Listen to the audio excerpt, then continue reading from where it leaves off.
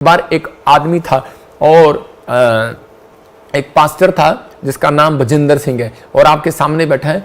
मैं करनाल से, हरियाणा से मैं प्रार्थना करने जाता था। मुझे किसी पादरी ने बुलाया कि पास्टर ने बुलाया ब्यास के अंदर सेवा करने के लिए, और जब मैं प्रार्थना करने के लिए गया, मेरा बड़ा नाम था उस समय में कि भविष्यता है, प्रार्थना करता है, ठीक होते हैं। तो उसी समय मेरे ऊपर एक गिफ्ट नहीं था, मैं कि दुष्ट आत्माओं के लिए प्रार्थना करता था, वो निकलती नहीं थी। तो उसी समय मैं उनके सिर पर हाथ रख कर हिला रहा था, मैं कहा निकलो निकलो, और ऐसे कर रहा था। तो उसी समय उस पादरी ने गुस्से में आकर मेरा हाथ पकड़ लिया और मेरी बेइज्जती किया पूरे चर्च के सामने, और मुझे कहने लगा, कहता कि क्या है, जब नहीं निकलती क्यों निकाल रहा है जबरदस्ती, चल बैठ जाओ उधर, हम निकालेंगे। उसने कहा चलो निकल जाओ, और वो दुष्ट आत्मा निकलने लगी, मेरी बेइज्जती होगी।